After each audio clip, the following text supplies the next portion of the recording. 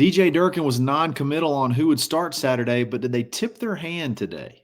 In the world full of podcasts, he's the undisputed heavyweight champion of hot takes, an Auburn sports homer, master of the boog, and message board legend. Get your buttons buttoned and your hats flattened because the Top Button Podcast is about to kick off, and you don't want to miss your courtside seat. Now, here's your host, Charlie 5. Yes, sir. We're back. It's another episode of the Top Button Podcast. I'm your host, Kyle Rush, a.k.a. Charlie 5, and I got my boy Mike G from the War Rapport in here today to talk about practice. Yeah, we're going to talk about practice. Not the actual game. We're going to talk about practice. Before this week started, a lot of speculation's been around the quarterback position and who would start with Ashton redshirting. DJ did not really give an indication one way or the other. He said they both would play. But, Mike, you were there today. There's one particular thing everybody's there to watch, and I feel like they may have tipped their hand a little bit that Deuce was going to get the nod. Did you see what I saw? I saw what you saw. I saw a team period where Deuce went out first. Yes. And, yes. He was throwing the ball around to Cam Coleman and Eric Singleton and those guys who we know are first team. So DJ said that both quarterbacks would play, but one's got to go out first. Exactly. Right. Exactly. No matter what you want to call it, somebody's got to start. Someone's got to start. Yeah. You and I talked about this already this week about what would the QB rotation look like. Yeah. And, you expressed like, hey, I hope they give one guy a chance to get in a rhythm and they don't do some weird back and forth thing. I don't expect that. I think we're going to get a chance to see what Deuce looks like for real. And, hopefully we can draw some conclusions from what we see because Ball State wasn't it. Yeah, exactly. Look, I know we play this game sometimes where we don't like to tip our hand or tip our hat to the competition on Saturday or the upcoming game on who's going to start or whatever. But, the team period's been a pretty good predictor of what's going to happen on Saturday when Ashton, when it was kind of up for debate, when it was that quote-unquote competition week or whatever, where it was an open competition for the that game. I guess that was against Kentucky. Ashton was the first in that team period. So that's pretty much been a pretty good indicator. I was honestly kind of concerned that they would put Ashton first just to mess with us. But no, Deuce did go out there, had two big completions. It's not anything, monumental. It's just ones on ones, and they're trying to run 5 or 6 plays just as fast as they can. 2 big catches. I think you're right. I think he threw one it was either Malcolm or Eric. I couldn't quite tell. And then obviously one to Cam. And he looks like what we're expecting him to look like. He looks really good. So it feels like that's the direction they're going to go. Do you think that was window dressing, or do you still feel like it's going to be Deuce that goes out first? I think it's going to be Deuce that goes out first. And look, DJ Durkin, one thing that we do know from this week is they're not taking Mercer lightly. No. Now we're going to talk about that in a little bit, but they're not taking Mercer lightly, which means talking about the greatest Division II team that's ever lived. Yeah, they clearly are, right? But that if you're not taking them lightly, Kyle, that means that you do what you would normally do if it were a big opponent, which is not tip your hand in terms make them have to prepare for 2 quarterbacks. Sure. So if anybody was watching this and they're wondering, oh, well, you guys are all over Deuce, right? But he said that both were I think he's doing what he would normally do in making sure that Mercer has two quarterbacks to prepare for. And there's not a lot of tape on Deuce. No. So, you don't have a lot to prepare for there, but you want them to have to get ready for Jackson Arnold as well. I think both these guys are going to play well in whatever time they're given. And, I think Auburn handles business, even though they're respecting this opponent. So, Deuce, when we saw Deuce earlier this year, Freeze said after, he was like, I was surprised he didn't complete more passes. And we were like, yeah, well, we were surprised about a lot of things that happened while he was still the head coach here.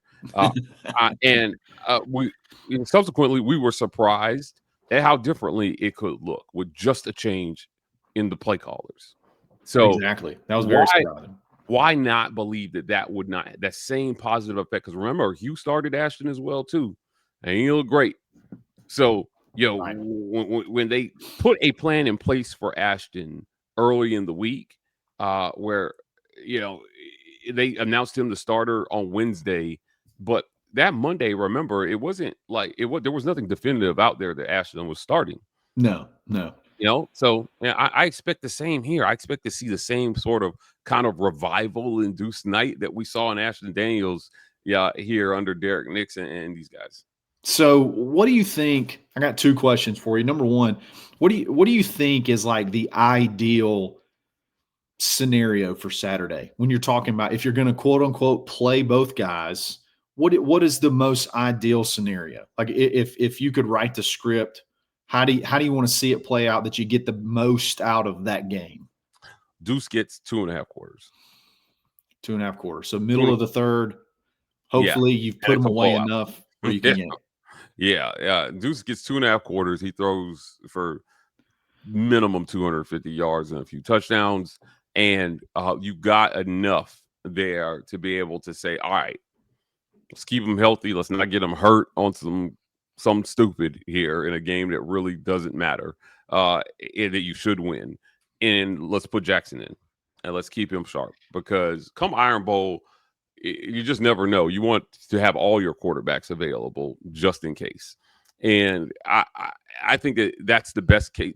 I think that's what we should see. That's the best case scenario here. Look, and then if we don't see him for 2.5 quarters, I think maybe if it's enough of a game, a blowout, then you pull Deuce at the half and you give Jackson a half and you play it like that. I can't really see it playing out a lot of other ways. Yeah, I think that would be ideal as well. This is not the second part, but it's another question. How much would you like to see his legs? Or do you just want to see him back there kind of getting the ball out and facilitating? How much do you want to see those legs, man? Because that's probably one of the most – I mean, I know he obviously has a great deep ball, but the athleticism is obviously something else that's very exciting about his potential and his ceiling as well. I don't think I've been asked this question. I think I want to see him play his game. And I'm not sure how big a part of his game his legs are at the college level. And if 8A was any indicator, Kyle, he's going to be a pocket guy primarily. And look, I want to see him take off when it needs to, not when he needs to. Yeah, and if he has the athleticism to escape, and they're getting pressure on him, I want to see him extend plays. And seeing his legs doesn't always mean taking off running. It could mean just extending plays long enough to find a guy downfield. Sure, we've seen Ashton do that. We saw Ashton do that versus Vanderbilt. Great escapability, great athleticism, but kept his eyes downfield and found a receiver. So I think there is a scenario where we see his legs, but he's not technically rushing the ball. And I would just like to see him make smart plays. The taking off is a smart play. That's what I want to see him do. But I don't know that I would necessarily want to see him run just for the sake of running. I want to see him pull one, man. I want to see him pull one and go. Yeah. I want to see him. I want to see him read one and go, because I'm telling you, we haven't really seen just one. I want to see at least one. I want to see one where he's reading it and he pulls it and that C opens up and then you see that acceleration, because it's impressive. I'm telling you.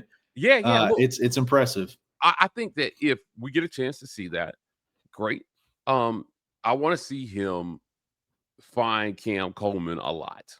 Yeah, early and often. I mean, look, Cam's about 400 yards from being a 1,000-yard receiver this season. I think if he's going to hit 1,000 yards, Auburn's definitely going to have to make a bowl game. But I would love to see him throw for 350 yards in this one. Even if he I only want gets to see at least 200. If he can put up 200 in the first half, I think that's a pretty good outing. What about completion percentage though? Like at what percentage? 60% maybe.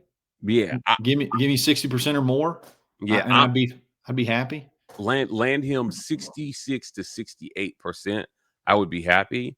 I am ecstatic if he's anything over 68% in this game, but he's complete. All we've heard is that he's been completing everything in Yeah. practice and it's spring practice. And so it was very weird to see what we saw versus Ball State. But like I said, but if Ashton Daniels can go out there and be like 70% versus Vanderbilt, I think Deuce can go out there and put up something in the high 65. 60s. Yeah. Mid to high 60s for I would sure. take that. Do you think the only thing I think that could possibly hurt his production is Jeremiah Cobb's so close to busting 1,000 yards? So do they try to get him to make sure we get to that number? I don't think I think he's just under 100 yards shy. I can't remember exactly where he's at. I got you. Do you think they force feed him? Do you think they may try to force feed Jeremiah? He's at 904 to get to that 100 early and get out of there. Could you see that? I mean, he could still play again. He's still going to play against Alabama, so he's probably going to break the 1,000-yard mark regardless. But seal it. You do it in this game if you can. Yeah. However, he's averaging just under 6 yards a carry, so he doesn't need a ton of carries to get there. No. And what we saw versus like his averages came down a little bit at the end of the Vanderbilt game, but for a large portion of that game, he was averaging like 7 to 8 yards per carry. Yeah. I would say that if he gets 15 carries, that should get him there. He's going to clear 100 yards in this one. And if Deuce is ripping it up, and Vanderbilt, we saw this offense work the way that a lot of Auburn fans aren't really used to. And hear me on this one. It's been a lot of play action to set up the pass, right? Where like the run, and then bam, you hit him with the play action over the top. When Jeremy Johnson took over for Nick Marshall, a lot of us thought it would be the opposite, where it would be throw, and then bam, as soon as those linebackers and those safeties start to back off, you hand it to the running back in big gashes. Yeah, that's what we saw versus Vanderbilt, where it didn't. He had I forgot what his carry to. I think he ended up with 15 carries versus Vanderbilt. 16 for 115. Yeah, it felt like less though when you were watching it. Felt like he got fewer carries, and every time they handed him the ball, felt like he was running for a first down. Exactly, especially there towards the end of the first half, or right there at the second half when he started ripping off some big ones. Yeah. Oh yeah. I don't think he needs a ton of carries to get to 100 in this one. And Jeremiah has been good for that. You think he's down right there in the middle of that line, and then bam, he just busts out of there for a 30-yarder.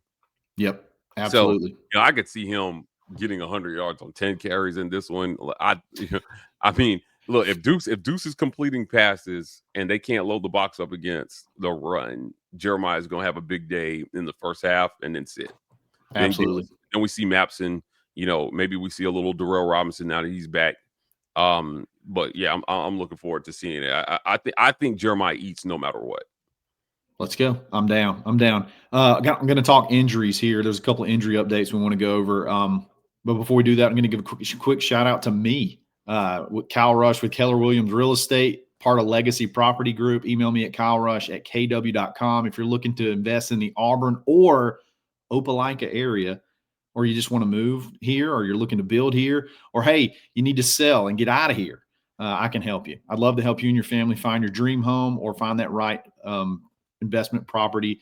Just hit me up. You can also leave us a voicemail at 334-245-3615. And then also got to give a quick shout out to Roback.com. Use coupon code BARN20 to take 20% off your order. Polos, pullovers, hoodies, doesn't matter. And they even have some Auburn licensed apparel. You've seen me wearing my Auburn licensed hoodies from Roback quite often. So save big, show them some love. It's Roback.com. We'll be back right after this.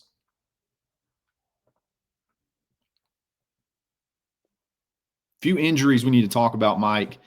Number one, DeMarcus Riddick. Looks like he's going to be out for the rest of the year. He was in a sling.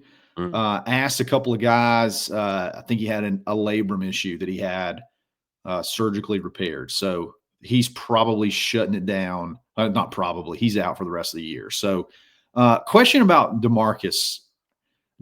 Disappointment's not really the word I think I want to go for, but he not really what I expected from him this year. Kind of feels like he's been sort of supplanted on the depth chart. It could be just young guys stepping up. Like you see a lot more Elijah Melendez, Bryce Diaz, Robert Woodyard. You're seeing a lot of those guys, and his snaps totals have seemed to go down as the years progress. Is that a reflection of him, or just a reflection of how talented these young guys are that Durkin's brought in? I wondered if he wasn't more 100%. injured. Yeah, like earlier this season, it felt like I had the same feeling you had. Yeah, it was, it feels like he's not shining the way I thought he would shine coming into this year. Yeah. It's not for lack of talent, though. So look, they featured him prominently last year as a freshman, and I still believe in DeMarcus Riddick, but this is an incredibly deep team, and so young guys too, man. Yeah. If a guy is struggling, there's not a whole lot of reason to just leave him out there when you've got guys who can step in, like Elijah Melendez. That man, what a stud he has been in year one. When he flipped, I think he flipped from Miami, right? Like he was a no-brainer, right? Like you could tell from the beginning he was not going to not be on the field early. Just a man, right? Like I mean, when you looked at him, he looked like he was built in that thing that they use to make Captain America. Super soldier serum. Right. Yeah. He was. I just knew we knew he was going to be a dude, and he has shown up for Auburn on defense. One of the things I've noticed on defense is that it feels like there are a lot of names that we're talking about in season making plays that we weren't really hyping in the preseason. Guys have emerged on that roster, and I think that in light of that, you've seen DeMarcus kind of fly under the radar. Fly under the radar is the right term, I think. Yeah. Instead of disappointment, I think he's just flying. You had high expectations, and like you said, maybe he got dinged up a little bit. And then these young guys, there's just so much talent, man. They go out there and they make plays. So yeah, I'm with you there. Another injury. This is an update-ish, but I was kind of shocked. Saw Horatio Fields out there running routes, like out there. He didn't do anything in the super physical periods. Like he didn't do the one wide receiver versus DBs at the end of practice, but he was out there. Unique situation.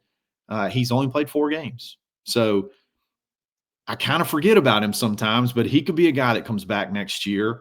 And I think he was a key component of some of that early success you saw on offense before everything kind of went haywire. Yeah, like I don't have it in front of me, so I don't know if he's already burned his red shirt. But he hasn't. He's only played 4 games. Okay, so he's got a red shirt. Well, I mean, prior to this, right? He can play. He can red shirt. He can red shirt and come back next year.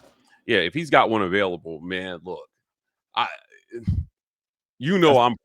very pro player, right? Like, so anything that gives these guys one more year to play football, I'm going to be in favor of. Especially when you have yet to have that breakout season. Now, when they brought him in, I questioned how quickly it seemed he jumped over Perry. Mm-hmm. And in the time that we saw him, he was solid. I don't know if he's better than Perry. Yeah, I mean, they talked about how he got like a bunch of captain's votes like the first as soon as he got here. I don't know if it's so much about him being leadership much better than Perry as it is just his presence on the field. But 12 catches for 106 yards so far this year, 1 touchdown, nothing crazy. But again, he only played in 4 games. I say all that to say that if he can come back next year, that's like picking up, in my opinion, that's like picking up a guy in the portal already that that you can depend on. That I think can be a good piece for that room, especially if you feel like there could be some attrition, attrition there. I was talking to one of the staffers out while you and I were out at practice today. Yeah. And, we were watching Team Period and we were watching the quarterbacks throw the receivers. Kyle, every offseason, I would ask Hugh Freeze in our one-on-one, now, we're going to see more 10 personnel, right? Like, why'd you bring all these receivers here to run 12?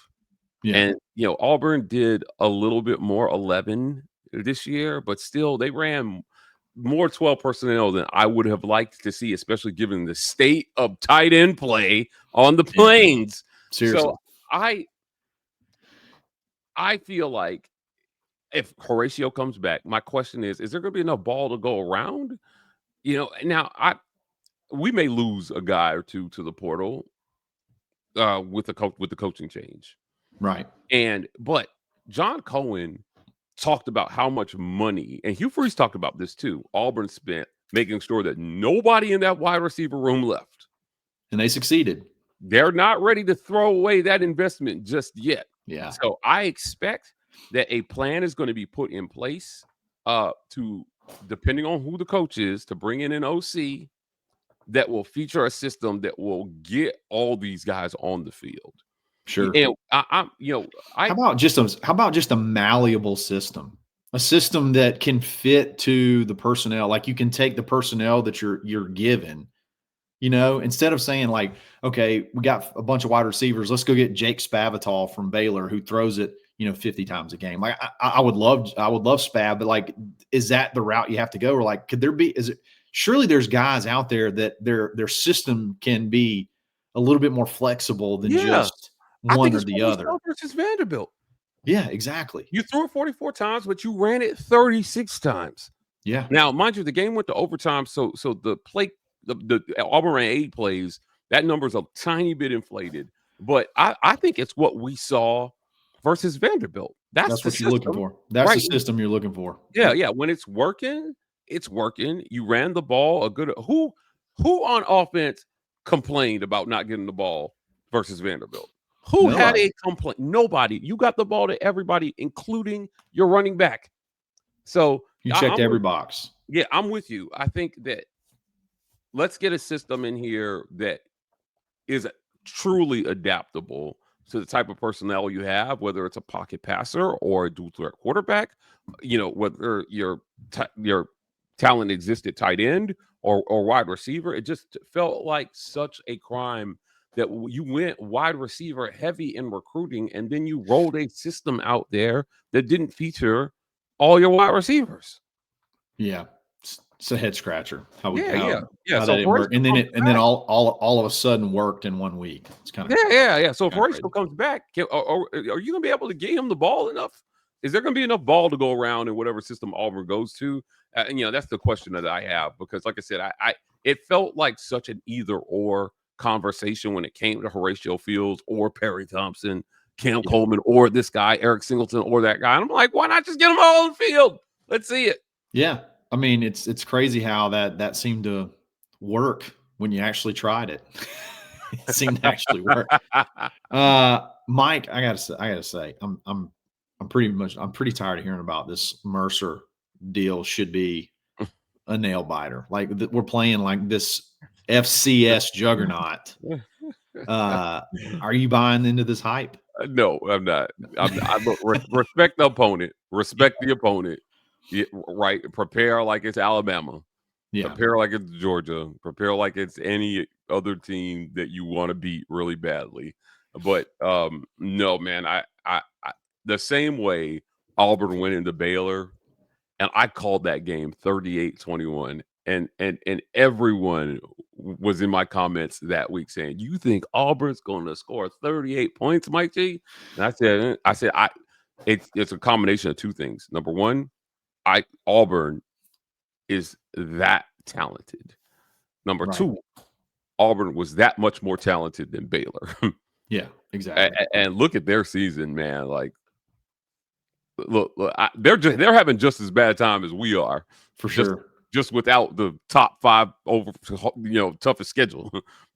So Auburn is way more talented than Mercer. This should not even be a discussion. You're gonna have to coach yourself into a hole for this to be a game, in my opinion. But with that being said, when you're looking at a game like this, it's before Alabama.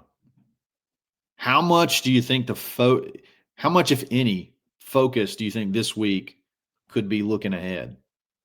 How much, if any, could be looking ahead to next week? I mean, their quarterback, they had an injury. Their quarterback got injured the very first game, and they put in this young kid, Braden Atkinson, and he's lit the world on fire. He's thrown for over 3,000 yards in 9 games.